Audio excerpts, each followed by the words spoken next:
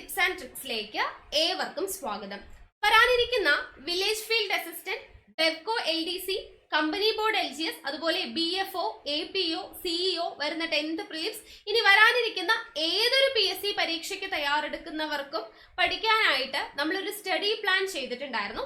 ആ ഒരു study plan അനുസരിച്ചുള്ള ക്ലാസ്സുകളാണ് നമ്മുടെ ചാനലിലൂടെ നമ്മളിപ്പോൾ പ്രൊവൈഡ് ചെയ്തുകൊണ്ടിരിക്കുന്നത്. അപ്പോൾ തുടക്കക്കാരുണ്ടെങ്കിൽ അല്ലെങ്കിൽ ആദ്യമായിട്ട് നമ്മുടെ ചാനൽ കാണുന്നവരുണ്ട് എന്നുണ്ടെങ്കിൽ, നമ്മുടെ സ്റ്റഡി പ്ലാനിനെ കുറിച്ച് അറിയാത്തവരുണ്ട് എന്നുണ്ടെങ്കിൽ നമ്മുടെ ടെലിഗ്രാം ചാനലിൽ ജോയിൻ ചെയ്യുക. താഴെ ഡിസ്ക്രിപ്ഷൻ ബോക്സിൽ നമ്മൾ ലിങ്ക് കൊടുത്തിട്ടുണ്ട്. അപ്പോൾ ടെലിഗ്രാമിൽ ജോയിൻ ചെയ്ത് കഴിഞ്ഞാൽ നിങ്ങൾക്ക് ആ സ്റ്റഡി പ്ലാൻ, അതുപോലെ തന്നെ ക്ലാസ് 1, ക്ലാസ് 2 എന്ന് പറഞ്ഞിട്ട് പ്രോപ്പർ ആയിട്ട് കൃത്യം ഓർഡറിൽ നിങ്ങൾക്ക് ക്ലാസ്സുകൾ ലഭിക്കുന്നതാണ്. ഇന്നത്തെ ക്ലാസ് എന്ന് പറയുന്നത് ഫിസിക്സിൽ നമ്മൾ ബലം എന്ന് പറയുന്ന ഭാഗമാണ് പഠിച്ചുകൊണ്ടിരിക്കുന്നത്. അപ്പൊ അതിൽ ബലം എന്ന് പറയുന്ന ഒരു SCERT ചാപ്റ്റർ നമ്മൾ ഓൾറെഡി പഠിച്ചു. ഇന്ന് നമ്മൾ പഠിക്കുന്നത് ദ്രവബലങ്ങൾ എന്ന് പറയുന്ന SCERT ചാപ്റ്റർ ആണ്. വളരെയധികം ഇമ്പോർട്ടന്റ് ആയിട്ടുള്ള ഒരു ചാപ്റ്റർ ആണ്. ഒരുപാട് ചോദ്യങ്ങൾ വരുന്ന ഒരു ചാപ്റ്റർ ആണ്. അപ്പൊ ശ്രദ്ധിച്ചിരിക്കുക, നോട്ട്സ് തയ്യാറാക്കിയിട്ട് പഠിക്കുക. നമ്മുടെ ക്ലാസ് കണ്ടിട്ട് ഇഷ്ടമായിട്ടുണ്ടെങ്കിൽ ഒന്ന് ലൈക്ക് ചെയ്യാനായിട്ട് മറക്കരുത്. പിന്നെ എന്തെങ്കിലും സജഷൻസ് പറയാനുണ്ടെങ്കിൽ താഴെ കമന്റ് ആയിട്ട് അറിയിക്കാവുന്നതാണ്. മാക്സിമം ഫ്രണ്ട്സിനൊക്കെ ഒന്ന് വീഡിയോസ് ഷെയർ ചെയ്ത് കൊടുക്കുകയും കൂടെ ചെയ്യാം. ഓക്കെ അല്ലേ? അപ്പൊ എന്തായാലും നമുക്ക് ദ്രവബലങ്ങൾ എന്ന് പറയുന്ന SCERT പാഠഭാഗത്തിലോട്ട് കിടക്കാം. 9ാം ക്ലാസ്സിലെ ഫസ്റ്റ് ചാപ്റ്റർ ആണ്, ഫിസിക്സിലെ ഫസ്റ്റ് ചാപ്റ്റർ ആണ് ദ്രവബലങ്ങൾ എന്നുള്ളതാണ് ചാപ്റ്ററിൻ്റെ പേര്. അപ്പോൾ നോക്കുക, ആദ്യം തന്നെ നമുക്ക് കുറച്ച് ക്വസ്റ്റ്യൻസ് തന്നിട്ടുണ്ട്. ബക്കറ്റിൽ ജലം എടുക്കുക, ഒരു ഒഴിഞ്ഞ പ്ലാസ്റ്റിക് കുപ്പി നന്നായി അടച്ച ശേഷം ജലോപരിതലത്തിൽ വയ്ക്കുക. എന്ത് നിരീക്ഷിക്കുന്നു? എന്താണ് ചെയ്യുക? ബക്കറ്റിൽ ജലം എടുത്തു, ഒരു പ്ലാസ്റ്റിക് കുപ്പി അടച്ച ശേഷം ജലോപരിതലത്തിൽ വെച്ച് കഴിഞ്ഞാൽ കുപ്പി എന്ത് ചെയ്യും? അതിൻ്റെ മുകളിൽ തന്നെ പൊങ്ങിക്കിടക്കും. അത് നമുക്കറിയുന്നതാണ്. ഇനി പ്ലാസ്റ്റിക് കുപ്പി കൈകൊണ്ട് ജലത്തിനടിയിലേക്ക് താഴ്ത്താൻ ശ്രമിക്കൂ. അപ്പോൾ നിങ്ങൾക്കൊരു ബലം പ്രയോഗിക്കേണ്ടതായിട്ട് വരുന്നില്ലേ? എന്തുകൊണ്ടാണ്? നമ്മൾ ഒഴിഞ്ഞ കാലിക്കുപ്പീനെ ബക്കറ്റിനടിയിലോട്ട്, വെള്ളത്തിനടിയിലോട്ട് താഴ്ത്തണമെങ്കിൽ എന്ത് ചെയ്യണം? നമ്മൾ അമർത്തി കൊടുക്കണം, നമ്മൾ ബലം പ്രയോഗിക്കണം. അതെന്തുകൊണ്ടാണ്? ജലം മുകളിലോട്ടും ബലം പ്രയോഗിക്കുന്നത് കൊണ്ടാണ് നമുക്കും നന്നായിട്ട് ബലം പ്രയോഗിക്കേണ്ടി വരുന്നത്. ഓക്കെ, ജലം മുകളിലോട്ട് ബലം പ്രയോഗിക്കുന്നത് കൊണ്ട്. ഇനി കുപ്പി താഴ്ത്തിയ ശേഷം ജലത്തിനടിയിലുള്ള പ്ലാസ്റ്റിക് കുപ്പിയിൽ നിന്നും പെട്ടെന്ന് നമ്മൾ കൈ വിട്ടു എന്ന് വിചാരിക്കാം. എന്ത് സംഭവിക്കും? ആ കുപ്പി പെട്ടെന്ന് തന്നെ മുകളിലോട്ട് ഉയർന്നു വരും അല്ലേ?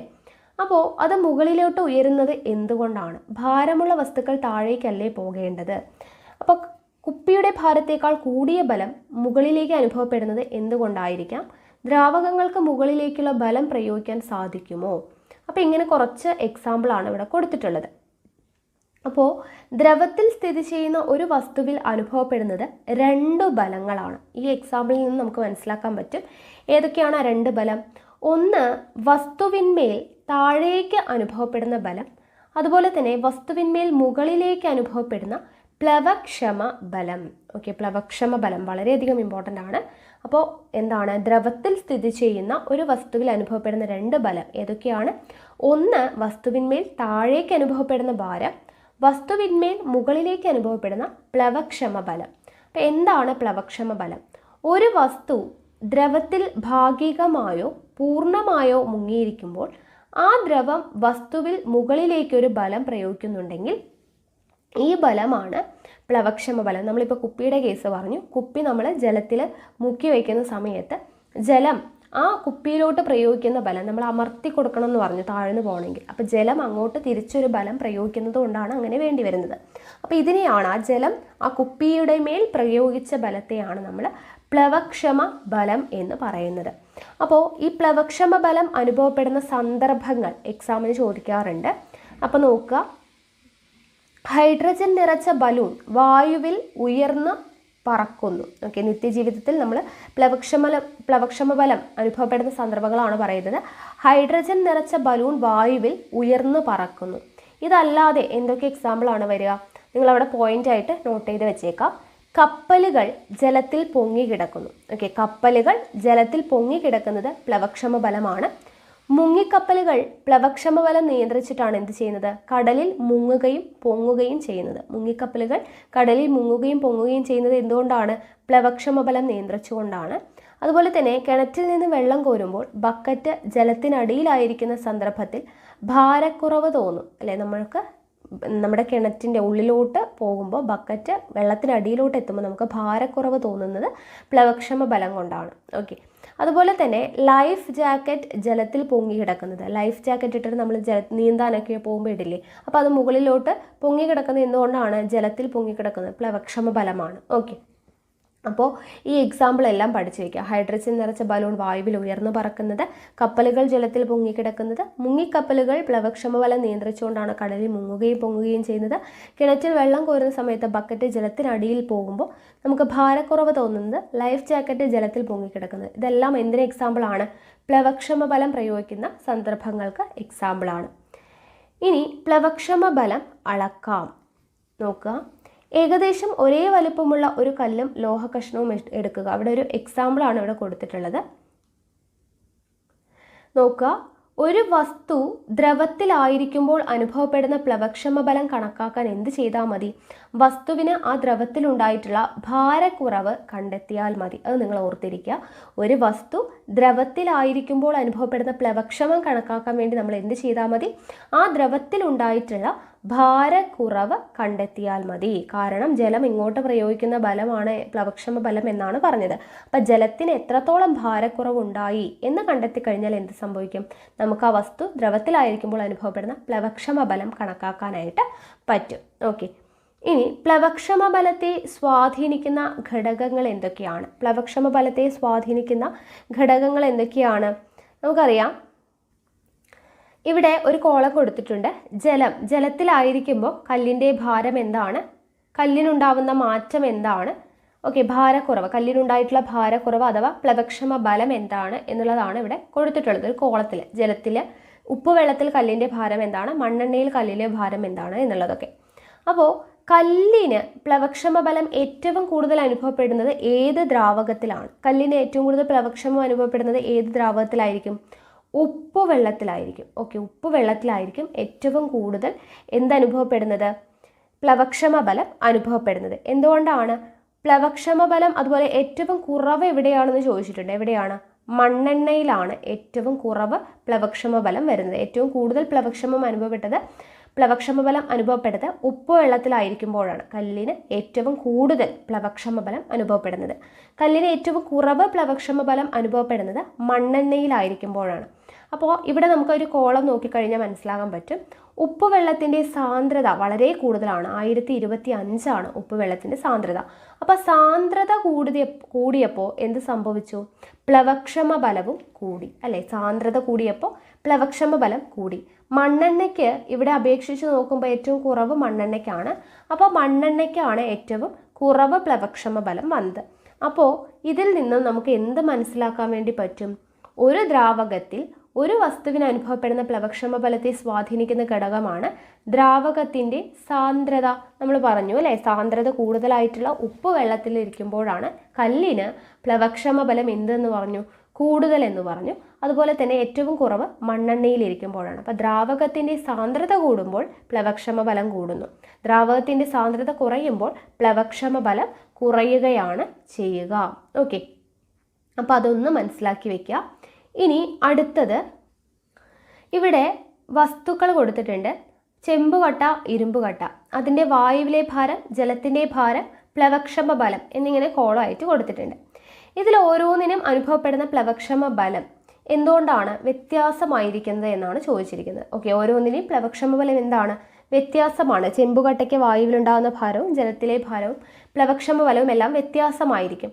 അതെന്തുകൊണ്ടാണ് എന്നുള്ളതാണ് നമ്മുടെ ചോദ്യം. അപ്പോൾ ഇവിടെ ചെമ്പുകട്ടയിൽ ജലം പ്രയോഗിക്കുന്ന പ്ലവക്ഷമ ബലം എന്തായിരിക്കും? കൂടുതലായിരിക്കും. ചെമ്പുകട്ടയിൽ ജലം പ്രയോഗിക്കുന്ന പ്ലവക്ഷമ ബലം കൂടുതലും ഇരുമ്പുകട്ടയിൽ കുറവുമാണ് എന്നുള്ളതാണ് നമുക്കിതിൽ നിന്ന് മനസ്സിലാക്കാൻ പറ്റുക. അപ്പോൾ ചെമ്പുകട്ടയ്ക്കും ഇരുമ്പുകട്ടയ്ക്കും ഭാരം, മാസ് എന്ന് പറയുന്നത് എന്താണ്? തുല്യമാണ്, അല്ലെ? ചെമ്പുകട്ടയ്ക്കും ഇരുമ്പുകട്ടയ്ക്കും ഭാരവും മാസും തുല്യമായിരിക്കും. എന്നാൽ വ്യാപ്തം എങ്ങനെയാണ്? വ്യാപ്തം എന്ന് പറയുന്നത് വ്യത്യസ്തമായിരിക്കും. ഓക്കെ, ചെമ്പുകട്ടയ്ക്കും ഇരുമ്പുകട്ടയ്ക്കും ഭാരവും വ്യാപ്തവും തുല്യമാണ്. പക്ഷെ എന്താണ് ഇതെന്ന് പറയുന്നത്? അതായത് ഭാരവും മാസും തുല്യമായിരിക്കും. വ്യാപ്തം എങ്ങനെയായിരിക്കും? കൂടുതലായിരിക്കും വരിക. അപ്പോൾ ചെമ്പുകട്ടയ്ക്ക് വ്യാപ്തം കൂടുതലായതുകൊണ്ട് തന്നെ പ്ലവക്ഷമ ബലം എന്ത് ചെയ്യും? കൂടുതലായിരിക്കും. ഇരുമ്പ് കട്ടയ്ക്ക് വ്യാപ്തം കുറവായതുകൊണ്ട് പ്ലവക്ഷമ ബലവും കുറവായിരിക്കും. അപ്പോൾ ഇതിൽ നിന്ന് നമുക്ക് മനസ്സിലാക്കാൻ വേണ്ടി പറ്റുന്നത് ഒരു ദ്രാവകത്തിൽ ഒരു വസ്തുവിന് അനുഭവപ്പെടുന്ന പ്ലവക്ഷമ ബലം വസ്തുവിൻ്റെ വ്യാപ്തത്തെയും ആശ്രയിച്ചിരിക്കുന്നു. അപ്പോൾ വ്യാപ്തം കൂടുമ്പോൾ പ്ലവക്ഷമ ബലം കൂടുന്നു. നേരത്തെ എന്താണ് പറഞ്ഞത്? ദ്രാവകത്തിൻ്റെ സാന്ദ്രത കൂടുമ്പോൾ പ്ലവക്ഷമ ബലം കൂടുന്നു. അപ്പോൾ പ്ലവക്ഷമ ബലത്തെ സ്വാധീനിക്കുന്ന രണ്ട് ഘടകങ്ങളാണ്, ഒന്ന് ദ്രാവകത്തിൻ്റെ സാന്ദ്രത, രണ്ട് വസ്തുവിൻ്റെ വ്യാപ്തം. ഇത് രണ്ടും പഠിച്ചു വെക്കുക. ദ്രാവകത്തിൻ്റെ സാന്ദ്രത, വസ്തുവിൻ്റെ വ്യാപ്തം.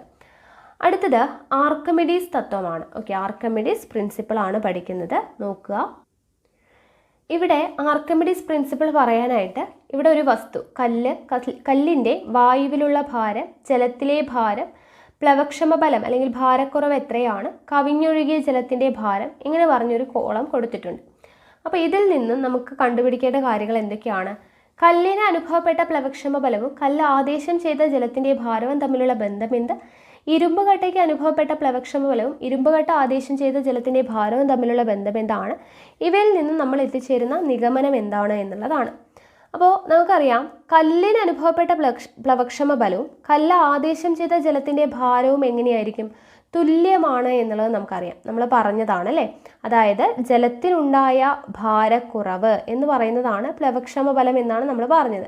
അപ്പോൾ കല്ലിന് അനുഭവപ്പെട്ട പ്ലവക്ഷമ ബലവും കല്ല് ആദേശം ചെയ്ത ജലത്തിൻ്റെ ഭാരവും എന്ന് പറഞ്ഞാൽ ജലത്തിനുണ്ടായ ഭാരക്കുറവ് എന്നുള്ളതല്ലേ അർത്ഥം. അപ്പോൾ കല്ല് ആദേശം ചെയ്ത ജലത്തിൻ്റെ ഭാരവും എന്തായിരിക്കും? തുല്യമായിരിക്കും. ഇരുമ്പ് കട്ടയ്ക്ക് അനുഭവപ്പെട്ട പ്ലവക്ഷമ ബലവും ഇരുമ്പ് കട്ട ആദേശം ചെയ്ത ജലത്തിൻ്റെ ഭാരവും തുല്യമാണെന്ന് കാണാം. രണ്ടിടത്തും എന്താണ്? പ്ലവക്ഷമ ബലവും ജലത്തിൻ്റെ എത്രത്തോളം ഭാരക്കുറവുണ്ടായി അല്ലെങ്കിൽ ആ വസ്തു എത്രത്തോളം ജലം ആദേശം ചെയ്തു എന്നുള്ളത് എന്തായിരിക്കും? തുല്യമായിരിക്കും. അപ്പോൾ ഇതിൽ നിന്ന് നമുക്ക് എന്താണ് മനസ്സിലാക്കാൻ പറ്റുക? അതായത് ദ്രാവകം ഒരു വസ്തുവിൽ പ്രയോഗിക്കുന്ന പ്ലവക്ഷമ ബലം വസ്തു ആദേശം ചെയ്യുന്ന ദ്രാവകത്തിൻ്റെ ഭാരത്തിന് തുല്യമാണ്.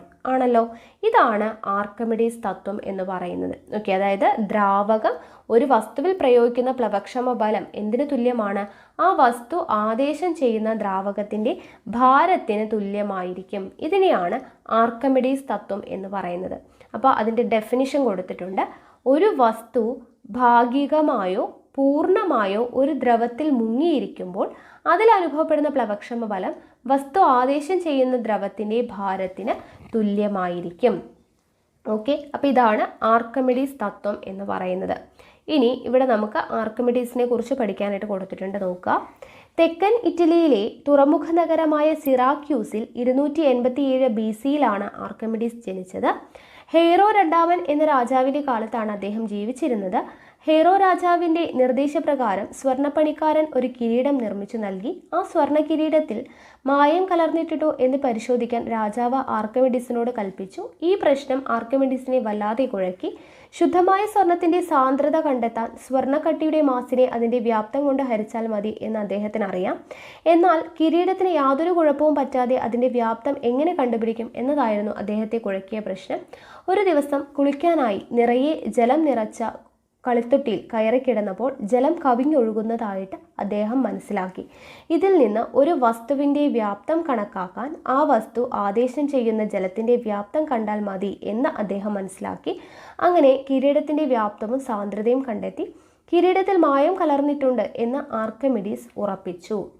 212 BC-യിൽ രണ്ടാം പ്യൂണിക് യുദ്ധത്തിൽ ഒരു റോമൻ പട്ടാളക്കാരൻ്റെ വാളാൽ അദ്ദേഹം വധിക്കപ്പെട്ടു. വൃത്തങ്ങളെക്കുറിച്ചുള്ള സങ്കീർണമായ ഗണിതക്രിയകളിൽ ഏർപ്പെട്ടിരിക്കുന്ന സമയത്താണ് അത് സംഭവിച്ചത്. അപ്പോൾ അദ്ദേഹം എങ്ങനെയാണ് ഈ ജലം ഉപയോഗിച്ചിട്ട് എങ്ങനെയാണ് ഒരു വസ്തുവിൻ്റെ വ്യാപ്തം കണ്ടുപിടിക്കാനായിട്ട് ശ്രമിച്ചത് എന്നുള്ള കാര്യമാണ് കൊടുത്തിട്ടുള്ളത്. അത് ജസ്റ്റ് നിങ്ങളൊന്ന് വായിച്ചു നോക്കുക. ഇനി അടുത്തത് പ്ലവനം അഥവാ ഫ്ലോട്ടേഷൻ നോക്കുക.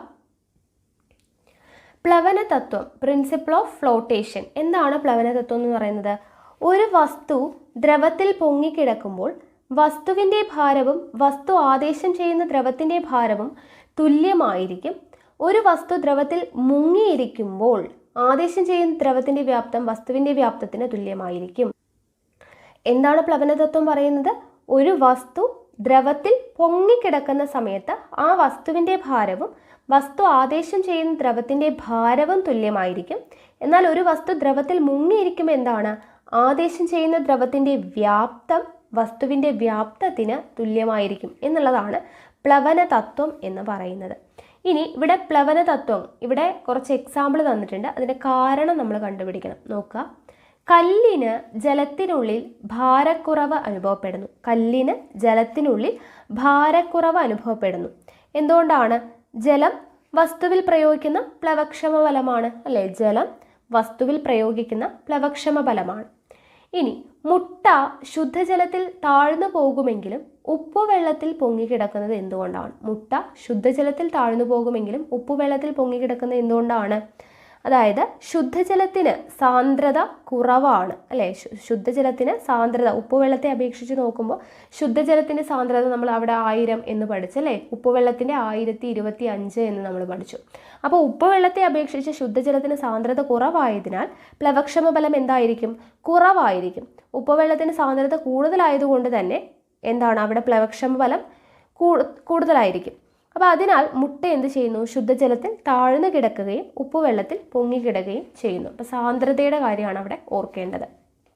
അടുത്തത്, മണ്ണെണ്ണ ജലത്തിന് മുകളിൽ പൊങ്ങിക്കിടക്കുന്നു. അതും എന്താണ്? മണ്ണെണ്ണയ്ക്കും ജലത്തേക്കാൾ സാന്ദ്രത കുറവായതുകൊണ്ടാണ്, അല്ലേ? മണ്ണെണ്ണയ്ക്ക് ജലത്തേക്കാൾ സാന്ദ്രത കുറവായതുകൊണ്ടാണ്. അടുത്തത്, കപ്പൽ ജലത്തിൽ പൊങ്ങിക്കിടക്കുന്നതിന് കാരണം എന്താണ്? കപ്പൽ ആദേശം ചെയ്യുന്ന ജലത്തിൻ്റെ ഭാരവും കപ്പലിൻ്റെ ഭാരവും തുല്യമായതുകൊണ്ടാണ് കപ്പൽ ജലത്തിൽ പൊങ്ങിക്കിടക്കുന്നത്. കപ്പൽ ആദേശം ചെയ്യുന്ന ജലത്തിൻ്റെ ഭാരവും കപ്പലിൻ്റെ ഭാരവും എങ്ങനെയാണ്? തുല്യമായതുകൊണ്ട്. അടുത്തത്, ഒരു വസ്തു ഒരു ദ്രാവകത്തിൽ താഴ്ത്തി വെച്ചപ്പോൾ അത് അതേ സ്ഥാനത്ത് തന്നെ നിൽക്കുന്നു. അതെന്തുകൊണ്ടായിരിക്കും? അതെന്തുകൊണ്ടാണെന്ന് വെച്ചാൽ വസ്തുവിൻ്റെ സാന്ദ്രതയും ദ്രവത്തിൻ്റെ സാന്ദ്രതയും തുല്യമാകുമ്പോഴാണ് അത് ആ വസ്തു അതേ സ്ഥാനത്ത് തന്നെ നിൽക്കുന്നത്. ഓക്കെ, വസ്തുവിൻ്റെ സാന്ദ്രതയും ദ്രവത്തിൻ്റെ സാന്ദ്രതയും തുല്യമാകുമ്പോഴാണ് ഒരു വസ്തു ദ്രാവകത്തിൽ താഴ്ത്തി വെച്ചാൽ അത് അതേ സ്ഥാനത്ത് തന്നെ നിൽക്കുന്നത്. ഓക്കെ,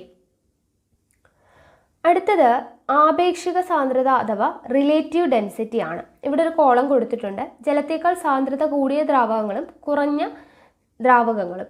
അപ്പോൾ ഇവിടെ നമ്മൾ ജലത്തിൻ്റെ സാന്ദ്രത 1000 ആണ്, അല്ലെ? 1000 kg/m³ ആണ്. ഈ പദാർത്ഥങ്ങളുടെ സാന്ദ്രത ജലത്തിൻ്റെ സാന്ദ്രതയുമായി താരതമ്യം ചെയ്ത് പറയാറുണ്ട്. ഇതിനെയാണ് നമ്മൾ ആപേക്ഷിക സാന്ദ്രത എന്ന് പറയുക. അതായത് ഇപ്പോൾ ജലസാന്ദ്രതയുടെ എത്ര മടങ്ങാണ് ഒരു പദാർത്ഥത്തിൻ്റെ സാന്ദ്രത എന്ന് പറയുന്നതിനെയാണ് ആ പദാർത്ഥത്തിൻ്റെ ആപേക്ഷിക സാന്ദ്രത എന്ന് പറയുന്നത്. ഫോർ എക്സാമ്പിൾ നോക്കുകയാണെങ്കിൽ ഇവിടെ നോക്കാം, മണ്ണെണ്ണയുടെ സാന്ദ്രതയും ജലത്തിൻ്റെ സാന്ദ്രതയും തമ്മിലുള്ള അനുപാതം കണ്ടെത്തി കഴിഞ്ഞാൽ ഈ അനുപാത സംഖ്യയായിരിക്കും എന്ത്? മണ്ണെണ്ണയുടെ ആപേക്ഷിക സാന്ദ്രത എന്ന് പറയുന്നത്.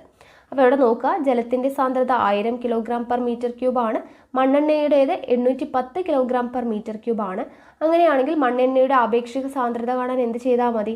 മണ്ണെണ്ണയുടെ സാന്ദ്രത ഡിവൈഡഡ് ബൈ ജലത്തിൻ്റെ സാന്ദ്രത ചെയ്ത് കഴിഞ്ഞാൽ നമുക്ക് എന്ത് കിട്ടും? 0.81 എന്ന് കിട്ടും. ഇതാണ് മണ്ണെണ്ണയുടെ ആപേക്ഷിക സാന്ദ്രത എന്ന് പറയുന്നത്. അപ്പോൾ ആപേക്ഷിക സാന്ദ്രത കാണാനുള്ള ഇക്വേഷൻ എന്താണ്? ആപേക്ഷിക സാന്ദ്രത എന്ന് വെച്ചാൽ എന്താണ്? വസ്തുവിൻ്റെ സാന്ദ്രതയെയും ജലത്തിൻ്റെ സാന്ദ്രതയെയും ബന്ധിപ്പിക്കുന്ന അനുപാത സംഖ്യയാണ് ആപേക്ഷിക സാന്ദ്രത. ആപേക്ഷിക സാന്ദ്രത കാണാൻ ഏതാണോ വസ്തു അതിൻ്റെ സാന്ദ്രത ഡിവൈഡഡ് ബൈ ജലത്തിൻ്റെ സാന്ദ്രത, ജലത്തിൻ്റെ സാന്ദ്രതയുമായി കമ്പയർ ചെയ്തിട്ടാണ് പറയുന്നത്, അല്ലേ? അപ്പോൾ വസ്തുവിൻ്റെ സാന്ദ്രത ഡിവൈഡഡ് ബൈ ജലത്തിൻ്റെ സാന്ദ്രതയാണ് ആപേക്ഷിക സാന്ദ്രത എന്ന് പറയുന്നത്. ഒരു അനുപാത സംഖ്യ ആയതുകൊണ്ട് തന്നെ ആപേക്ഷിക സാന്ദ്രതയ്ക്ക് എന്തില്ല? യൂണിറ്റ് ഇല്ല. ഇനി ഒരു ദ്രാവകത്തിൻ്റെ ആപേക്ഷിക സാന്ദ്രത അളക്കാൻ ഉപയോഗിക്കുന്ന ഉപകരണമാണ് ഹൈഡ്രോമീറ്റർ. ഓക്കെ, ദ്രാവകത്തിൻ്റെ ആപേക്ഷിക സാന്ദ്രത അളക്കാൻ വേണ്ടി ഉപയോഗിക്കുന്നതാണ് ഹൈഡ്രോമീറ്റർ എന്ന് പറയുന്നത്. അടുത്തത് ഒരു ലാക്ടോമീറ്റർ. ലാക്ടോമീറ്റർ എന്ന് പറഞ്ഞു കഴിഞ്ഞാൽ എന്താണ്? ഇത് നമ്മൾ പഠിച്ചിട്ടുള്ളതാണ് ലാക്ടോമീറ്റർ. ഈ ലാക്ടോമീറ്ററും ഹൈഡ്രോമീറ്ററും എന്താണ്? പ്ലവന തത്വത്തെ അടിസ്ഥാനമാക്കി പ്രവർത്തിക്കുന്ന ഉപകരണങ്ങളാണ് എന്നുള്ളത് ഓർക്കുക കേട്ടോ. പ്ലവന തത്വത്തെ അടിസ്ഥാനമാക്കി പ്രവർത്തിക്കുന്ന 2 ഉപകരണങ്ങളാണ് ഹൈഡ്രോമീറ്റർ അതുപോലെ തന്നെ ലാക്ടോമീറ്റർ എന്ന് പറയുന്നത്. ഓക്കെ, അപ്പോൾ ലാക്ടോമീറ്റർ എന്താണ് എന്നുള്ളതും കൂടെ നിങ്ങൾ അറിഞ്ഞിരിക്കുക. അതായത് എന്താണ് ലാക്ടോമീറ്റർ എന്ന് പറയുമ്പോൾ പാലിലെ ജലത്തിൻ്റെ തോത് അളക്കുന്നതിനെയാണ് ലാക്ടോമീറ്റർ ഉപയോഗിക്കുന്നത്. ഓക്കെ, പാലിലെ ജലത്തിൻ്റെ തോത് അളക്കുന്നതിന് ഉപയോഗിക്കുന്നതാണ് ലാക്ടോമീറ്റർ എന്ന് പറയുന്നത്. ഇത് അടിസ്ഥാനപരമായി ഒരു ഹൈഡ്രോമീറ്റർ തന്നെയാണ്. ഓക്കെ, അപ്പോൾ അത് എന്താണ്? ലാക്ടോമീറ്ററും ഹൈഡ്രോമീറ്ററും പ്ലവന തത്വത്തെ അടിസ്ഥാനമാക്കിയാണ് പ്രവർത്തിക്കുന്നത് എന്നുള്ളതും കൂടെ ഓർത്തിരിക്കുക. അടുത്തത് പാസ്കൽ നിയമം. നമ്മൾ പറഞ്ഞു വരുന്ന ചാപ്റ്ററിൽ പാസ്കൽ നിയമത്തെക്കുറിച്ച് നമ്മൾ ഡീറ്റെയിൽഡ് ആയിട്ട് പഠിക്കും എന്ന് നമ്മൾ പറഞ്ഞല്ലേ. അപ്പോൾ പാസ്കൽസ് ലോ എന്താണ് എന്നുള്ളതാണ് നമ്മൾ പറയുന്നത്. അപ്പോൾ പാസ്കൽ നിയമം പഠിക്കാനായിട്ട് നമുക്ക് കുറേയധികം എക്സാമ്പിൾ ഇവിടെ തന്നിട്ടുണ്ട്. അതായത് നോക്കുക, ഇവിടെ മണ്ണ് നീക്കുക എന്നത് പണ്ട് ശ്രമകരമായ ഒരു ജോലിയായിരുന്നു. എന്നാൽ മണ്ണുമാന്തി യന്ത്രം അല്ലെങ്കിൽ എക്സ്കവേറ്റർ എന്ന് പറയുന്നത് വന്നതോട് കൂടിയിട്ട് ഈ ജോലി വളരെ എളുപ്പമായിട്ട് മാറി. അതുപോലെ ഒരു ഒഴിഞ്ഞ പ്ലാസ്റ്റിക് ടൂത്ത് പേസ്റ്റ് ട്യൂബിൽ നിറയെ ജലമെടുത്ത് ഭദ്രമായി അടയ്ക്കുക. ട്യൂബിൽ അവിടെ എവിടെയായിട്ട് മുട്ടുസൂചി കൊണ്ട് 2-3 ദ്വാരം ഇടുക. ട്യൂബിൻ്റെ ഏതെങ്കിലും ഭാഗത്ത് വിരൽ കൊണ്ട് അമർത്തുക. എന്ത് സംഭവിക്കും? ആ എല്ലാ ദ്വാരത്തിലൂടെയും ജലം പുറത്തോട്ട് സ്പ്രെഡ് ചെയ്യും, അല്ലെ? എല്ലാ ദ്വാരങ്ങളിൽ നിന്നും ജലധാര ഉണ്ടാവുന്നുണ്ട്. അതുപോലെ തന്നെ പല്ല് തേക്കാനായിട്ട് ടൂത്ത് പേസ്റ്റ് എടുക്കുമ്പോൾ നിറഞ്ഞ ട്യൂബിൻ്റെ ഏത് ഭാഗത്ത് പ്രയോഗിച്ചാലും എന്ത് സംഭവിക്കും? ട്യൂബിൽ നിന്നും പേസ്റ്റ് പുറത്തു വരും, അല്ലേ? അപ്പോൾ ഇതെല്ലാം എന്താണ്? പാസ്കൽ നിയമവുമായി ബന്ധപ്പെട്ടതാണ്.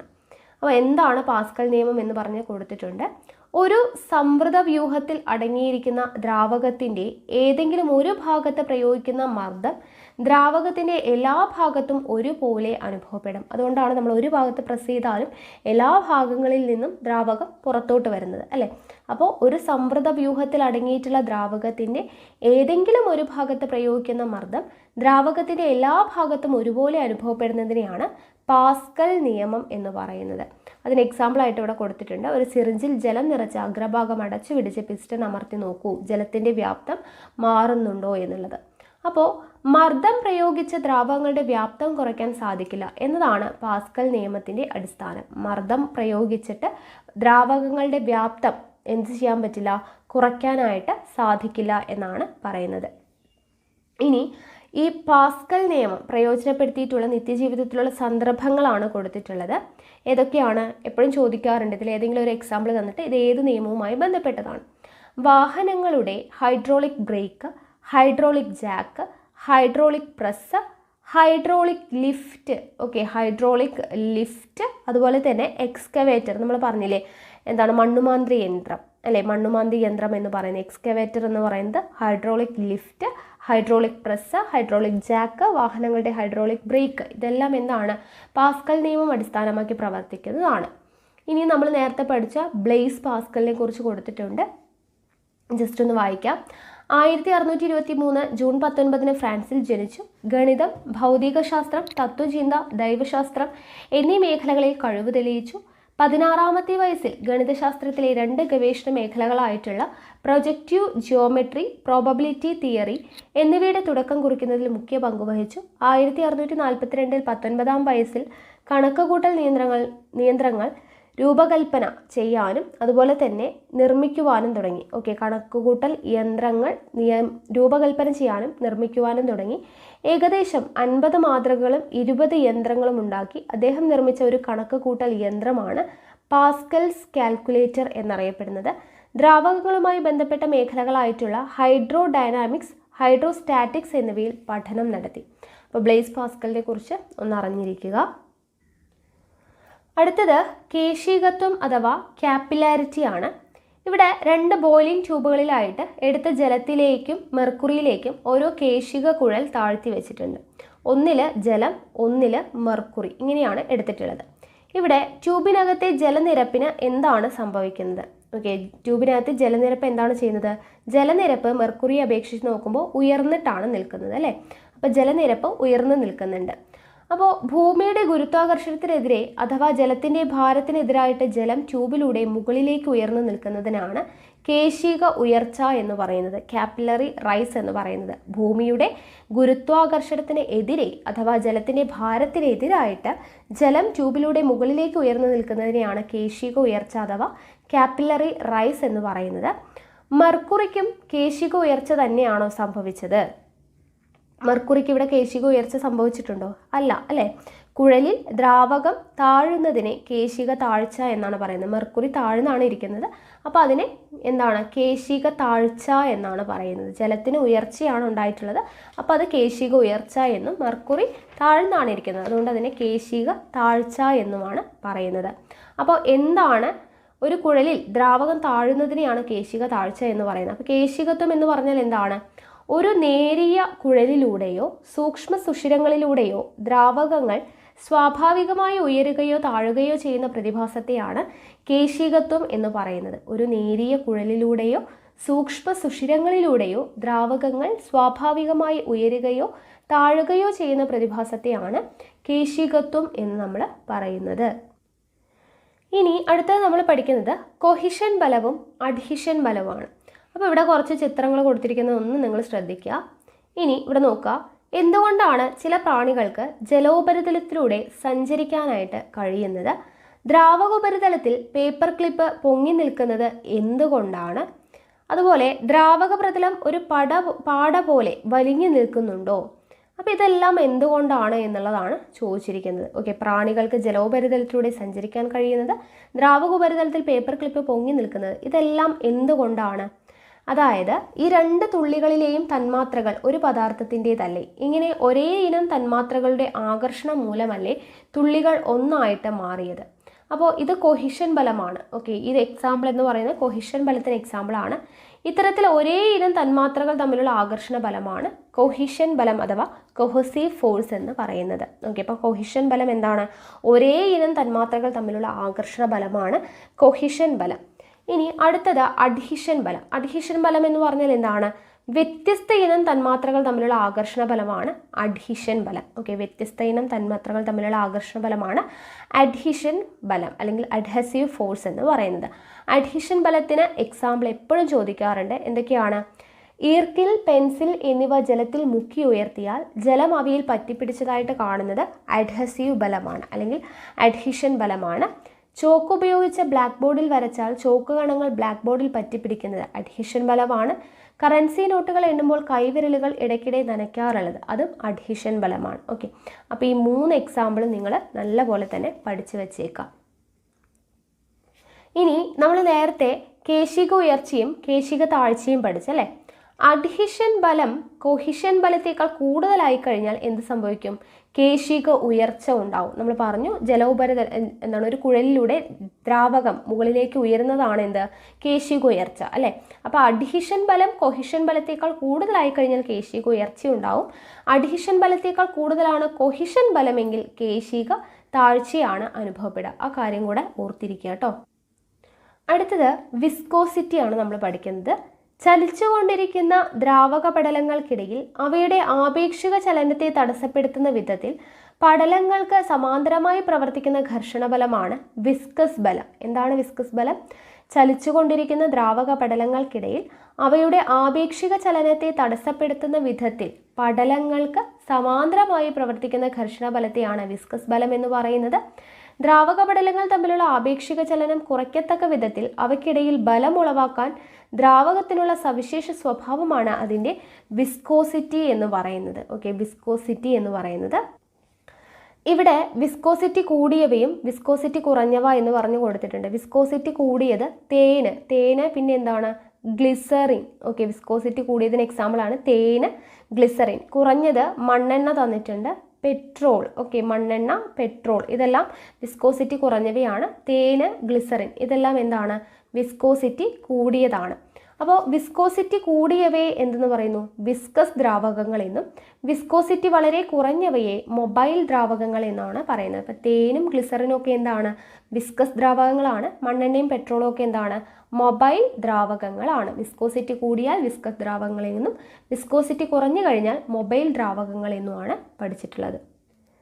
ഇനി നോക്കുക, വൈദ്യുതാഘാതമേറ്റ ആളുടെ ശരീരം അമർത്തി തടവുകയും തിരുമ്മുകയും ചെയ്യണം എന്ന് നമ്മൾ കേട്ടിട്ടുണ്ട് അല്ലേ? വൈദ്യുതാഘാതമേറ്റ ആളുടെ ശരീരം അമർത്തി തടവുകയും തിരുമ്മുകയും ചെയ്യണം എന്ന് പറയുന്നതിനുള്ള കാരണം എന്താണ് എന്നുള്ളതാണ് പറയുന്നത്. അതായത് വൈദ്യുതാഘാതമേൽക്കുന്ന ഒരാളുടെ ശരീര താപനില പെട്ടെന്ന് കുറയും അല്ലേ? അപ്പോൾ രക്തത്തിൻ്റെ വിസ്കോസിറ്റി കൂടുന്നതിനാൽ രക്തക്കുഴലുകളിലൂടെ രക്തത്തിന് എളുപ്പത്തിൽ ഒഴുകാൻ സാധിക്കാതെ ഹൃദയാഘാതം സംഭവിക്കാൻ സാധ്യതയുണ്ട്. ശരീരത്തെ തിരുമ്മി ചൂട് പിടിപ്പിക്കുമ്പോൾ രക്തത്തിൻ്റെ വിസ്കോസിറ്റി സാധാരണ നിലയിലാവുകയും അയാൾ അപകടനില തരണം ചെയ്യുകയും ചെയ്യും. അപ്പോൾ ഇതിൽ നിന്ന് നമ്മൾ മനസ്സിലാക്കേണ്ടത് താപനില വർദ്ധിക്കുമ്പോൾ ഒരു ദ്രാവകത്തിൻ്റെ വിസ്കോസിറ്റി കുറയുന്നു എന്നുള്ളതാണ്. അപ്പോൾ വൈദ്യുതാഘാതം ഏൽക്കുന്ന ആളുടെ ശരീര താപനില പെട്ടെന്ന് കുറയുന്നു. അപ്പോൾ താപനില കൂട്ടുക എന്നുള്ളതാണ് ഇത് അല്ലേ? ഇല്ലെങ്കിൽ എന്ത് സംഭവിക്കും? വിസ്കോസിറ്റി കുറയും. അപ്പോൾ വിസ്കോസിറ്റി കൂടും. വിസ്കോസിറ്റി കൂടിക്കഴിഞ്ഞാൽ രക്തം ഒഴുകുന്നില്ല. അപ്പോൾ താപനില നമ്മൾ കൂട്ടാൻ വേണ്ടിയിട്ടാണ് നമ്മൾ തിരുമ്മി ശരീരം ചൂട് പിടിപ്പിക്കുന്നത്. അപ്പോഴാണ് എന്ത് സംഭവിക്കുക? ദ്രാവകത്തിൻ്റെ വിസ്കോസിറ്റി കുറഞ്ഞ് സാധാരണ രീതിയിൽ രക്തം ഫ്ലോ ചെയ്യാനായിട്ട് തുടങ്ങത്തുള്ളൂ. അപ്പോൾ ഈ ഒരു എക്സാമ്പിൾ പഠിച്ചു വെക്കുക കേട്ടോ വിസ്കോസിറ്റിയുടെ. അടുത്തത് വിലയിരുത്താം എന്ന് പറഞ്ഞിട്ട് കുറച്ച് ക്വസ്റ്റ്യൻസ് കൊടുത്തിട്ടുണ്ട്. ഒരു കല്ലിൻ്റെ വായുവിലെ ഭാരം 120 ന്യൂട്ടണും ജലത്തിലെ ഭാരം 100 ന്യൂട്ടണും ആണെങ്കിൽ ജലം കല്ലിൽ പ്രയോഗിച്ച പ്ലവക്ഷമ ബലം കണക്കുകൂട്ടുക. നമ്മൾ പറഞ്ഞു പ്ലവക്ഷമ ബലം കണ്ടുപിടിക്കാൻ എന്താണ് ചെയ്യേണ്ടത്? കല്ലിൻ്റെ വായുവിലുള്ള ഭാരത്തെ എന്ത് ചെയ്താൽ മതി? ജലത്തിലെ ഭാരത്തിൽ നിന്നും മൈനസ് ചെയ്താൽ മതി. അപ്പോൾ 120 ന്യൂട്ടൺ മൈനസ് 100 ന്യൂട്ടൺ ചെയ്ത് കഴിഞ്ഞാൽ നമുക്ക് എന്ത് കിട്ടും? 20 ന്യൂട്ടൺ എന്ന് കിട്ടും. ഇതാണ് എന്ത്? പ്ലവക്ഷമ ബലം. ജലം കല്ലിൽ പ്രയോഗിച്ച പ്ലവക്ഷമ ബലം എന്ന് പറയുന്നത്. കല്ലിൻ്റെ വായുവിലെ ഭാരത്തെ ജലത്തിലെ ഭാരത്തിൽ നിന്ന് മൈനസ് ചെയ്യുക. അടുത്ത ചോദ്യം, ജലത്തിൽ പൊങ്ങിക്കിടക്കുന്ന ഒരു വസ്തുവിനെ മണ്ണെണ്ണയിൽ ഇട്ടപ്പോൾ താഴ്ന്നു പോയെങ്കിൽ അത് എന്തുകൊണ്ടായിരിക്കും? ജലത്തിൽ പൊങ്ങിക്കിടക്കുന്ന വസ്തുവിനെ മണ്ണെണ്ണയിൽ ഇട്ടപ്പോൾ എന്ത് ചെയ്തു? അത് താഴ്ന്നു പോയി. അപ്പോൾ മണ്ണെണ്ണയ്ക്ക് നമ്മൾ പറഞ്ഞു ജലത്തേക്കാൾ സാന്ദ്രത എന്താണ്? കുറവാണ്. അതുകൊണ്ട് തന്നെ ജലം വസ്തുവിൽ പ്രയോഗിച്ച അത്രയും പ്ലവക്ഷമ ബലം മണ്ണെണ്ണയ്ക്ക് വസ്തുവിൽ പ്രയോഗിക്കാനായിട്ട് കഴിയില്ല. മണ്ണെണ്ണയ്ക്ക് സാന്ദ്രത കുറവായതുകൊണ്ടാണ് എന്നുള്ളത് ഓർത്തിരിക്കുക. അടുത്തത്, ഒരു വസ്തു വ്യത്യസ്ത ദ്രാവകങ്ങളിൽ വെച്ചിരിക്കുന്ന ചിത്രങ്ങളാണ് കൊടുത്തിട്ടുള്ളത്. ഇവിടെ ചിത്രത്തിലുള്ള ദ്രാവകം എ, ബി എന്നിവയിൽ ഓരോന്നിനും വസ്തുവിൽ പ്രയോഗിക്കപ്പെടുന്ന ഗുരുത്വാകർഷണ ബലവും പ്ലവക്ഷമ ബലവും താരതമ്യം ചെയ്യുക എന്നാണ് പറഞ്ഞിരിക്കുന്നത്. എയിൽ വസ്തു മുകളിൽ പൊങ്ങിക്കിടക്കുന്നുണ്ട്, ബിയിലെ വസ്തു താഴ്ന്നു കിടക്കുന്നുണ്ട് അല്ലേ? അപ്പോൾ ഇവിടെ ദ്രാവകം എയുടെ പ്ലവക്ഷമ ബലം എന്ന് പറയുന്നത് എന്താണ്? വസ്തു പ്രയോഗിക്കപ്പെട്ട ഗുരുത്വാകർഷണ ബലത്തേക്കാൾ കൂടുതലാണ്, അതുകൊണ്ടാണ് മുകളിൽ പൊങ്ങിക്കിടക്കുന്നത്. ദ്രാവകം ബിയുടെ പ്ലവക്ഷമ ബലമോ വസ്തുവിന് അനുഭവപ്പെട്ട ഗുരുത്വാകർഷണ ബലത്തേക്കാൾ കുറവായിരിക്കും അല്ലെ? പ്ലവക്ഷമ ബലം കൂടുതലാവുമ്പോഴാണ് ഇത് പൊങ്ങിക്കിടക്കുന്നത്, പ്ലവക്ഷമ ബലം കുറയുമ്പോഴാണ് അത് താഴ്ന്നു കിടക്കുന്നത്. ഇനി എ, ബി എന്നിവയിൽ വസ്തുവിനേക്കാൾ സാന്ദ്രത കൂടിയ ദ്രാവകം ഏതാണ്? വസ്തുവിനേക്കാൾ സാന്ദ്രത കൂടിയത് ഏതാണ്? ദ്രാവകം എ ആണ് അല്ലേ? വസ്തു ദ്രാവകത്തിൽ പൊങ്ങിക്കിടക്കുന്നത് കൊണ്ട് ഈ ദ്രാവകത്തിൻ്റെ സാന്ദ്രത കൂടുതലുള്ളതിലാണ് പൊങ്ങിക്കിടക്കുക. അപ്പോൾ എയുടെ സാന്ദ്രതയാണ് എന്ത് ചെയ്യുന്നത്? കൂടുതലായിട്ട് വരുന്നത്. ഓക്കെ, ഇനി അടുത്തത്, താഴെ പറയുന്ന പ്രസ്താവനകളുടെ കാരണം എഴുതുക. കാരണം എഴുതാനാണ് ചോദിച്ചിരിക്കുന്നത്. ആദ്യത്തേത് എന്താണ്? ചോക്ക് കൊണ്ട് മഷി ഒപ്പിയെടുക്കാൻ സാധിക്കും. ചോക്ക് കൊണ്ട് മഷി ഒപ്പിയെടുക്കാൻ സാധിക്കുന്നത് എന്തുകൊണ്ടാണ്? നമുക്കറിയാം, കേശികത്വം മൂലം മഷി എന്ത് ചെയ്യും? ചോക്കിലെ സൂക്ഷ്മ കേശിക കുഴലുകളിലൂടെ മുകളിലോട്ട് ഉയരും അല്ലേ? കേശികത്വമാണ് ഇവിടുത്തെ കാരണം. അടുത്തത്, ടിഷ്യൂ പേപ്പർ ഉപയോഗിച്ച് വിയർപ്പ് ഒപ്പിയെടുക്കാൻ സാധിക്കും. അതും എന്തുകൊണ്ടാണ്? കേശികത്വം മൂലമാണ്. ടിഷ്യൂ പേപ്പറിലെ നേരിയ കേശിക കുഴലുകളിലൂടെ വിയർപ്പ് ഉള്ളിലോട്ട് വലിച്ചെടുക്കുന്നു. അപ്പോൾ നമ്മൾ ടിഷ്യൂ ഉപയോഗിച്ച് വിയർപ്പ് തുടയ്ക്കുന്നതും ചോക്കിലൂടെ മഷി മുകളിലോട്ട് ചോക്ക് അല്ലെങ്കിൽ മഷി ഒപ്പിയെടുക്കാൻ സഹായിക്കുന്നതും ഒക്കെ എന്താണ്? കേശികത്വമാണ് കാരണം എന്നുള്ളത് ഓർത്തിരിക്കുക. ഓക്കെ, ഇനി അടുത്തത്, ശരിയായ ചിത്രം ഏതാണ്? ശരിയായ ചിത്രം ഏത് എന്നുള്ളതാണ്. ചിത്രം എ, ബി എന്ന് പറഞ്ഞ് കൊടുത്തിട്ടുണ്ട്. അപ്പോൾ ഇതിൽ ഏതാണ് ശരിയായിട്ടുള്ളത്? ഏതാണ്? എ ആണ് ശരിയായിട്ടുള്ള ചിത്രം. ഓക്കെ, എ ആണ് ശരിയായിട്ടുള്ള ചിത്രം. എന്തുകൊണ്ടാണ്? ദ്രാവക ഉപരിതലം മധ്യഭാഗം ഉയർന്നു നിൽക്കുന്നത് അഡീഷൻ ബലത്തേക്കാൾ കൊഹിഷൻ ബലം കൂടുതലുള്ള ദ്രാവകങ്ങളിലാണ് അല്ലേ? അപ്പോൾ ഇത്തരം ദ്രാവകങ്ങൾക്ക് കേശിക കുഴലിൽ കേശിക താഴ്ചയാണ് അനുഭവപ്പെടുന്നത്. അപ്പോൾ എന്താണ്? ചിത്രം എ ആണ് നമ്മുടെ കറക്റ്റ് ആയിട്ടുള്ളത്. ഓക്കെ, ദ്രാവക ഉപരിതലം മധ്യഭാഗം ഉയർന്നു നിൽക്കുന്നത് അഡീഷൻ ബലത്തേക്കാൾ എന്ത് ചെയ്യുമ്പോഴാണ്? കൊഹിഷൻ ബലം കൂടുതലുള്ള ദ്രാവകങ്ങളിലാണ്. അപ്പോൾ ഇങ്ങനെ വരുന്ന ദ്രാവകങ്ങൾക്ക് കേശിക കുഴലിൽ എന്താണ് സംഭവിക്കേണ്ടത്? കേശിക താഴ്ചയാണ് സംഭവിക്കേണ്ടത് ആണല്ലോ. ഇവിടെ ദ്രാവക ഉപരിതലത്തിനേക്കാളും താഴേക്ക് കേശിക താഴ്ചയാണ് സംഭവിക്കുന്നത്. സോ എ ആണ് കറക്റ്റ് ആയിട്ടുള്ളത്. ഓക്കെ, അപ്പോൾ ഇത്രയുമാണ് ഈ ഒരു ചാപ്റ്റർ എന്ന് പറയുന്നത്. അപ്പോൾ നമ്മുടെ ബലം എന്ന് പറയുന്ന ഭാഗം കംപ്ലീറ്റ് ആയിട്ടുണ്ട്. ഇനി നമുക്ക് കുറച്ച് ടോപ്പിക്സ് കൂടിയാണ് എടുക്കാനുള്ളൂ. ചലനം, അതുപോലെ തന്നെ ഹൈഡ്രജനും ഓക്സിജനും, രസതന്ത്രം ദൈനംദിന ജീവിതത്തിൽ, അങ്ങനെ കുറച്ച് ടോപ്പിക്സ് എടുക്കാനുണ്ട്. ബാക്കിയുള്ളത് അതുപോലെ തന്നെ കുറച്ച് ടോപ്പിക്സും കൂടി ഉണ്ട്. നമ്മൾ വരുന്ന ക്ലാസ്സുകളിൽ ഉടനെ തന്നെ നമ്മൾ എടുക്കുന്നതായിരിക്കും. അപ്പോൾ എന്തായാലും നമുക്ക് അടുത്ത ക്ലാസ്സിൽ കാണാം. താങ്ക്